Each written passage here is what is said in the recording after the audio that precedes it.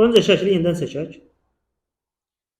Mərkəzi O nöqtəsində olan çevrədə AB və CD paralel. BO OC-yə perpendikular olarsa, CD vətəninin mərkəzdən olan məsafəsini.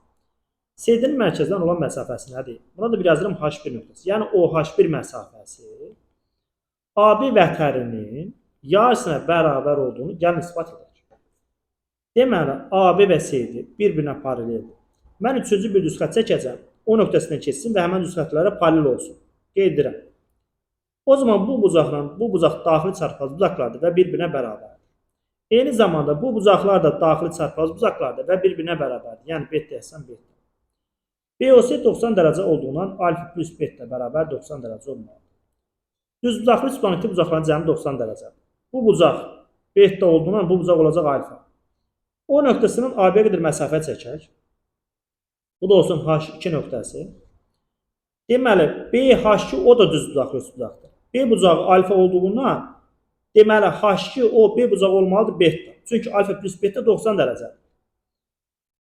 BO qeyd edirəm və OC çevrənin radiuslardır və bir-birinə bərabər.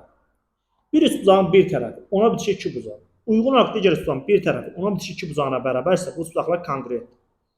Yəni, fikir verin, OCH1 üst bucağında B bucağın qarşısında x qeyd edək.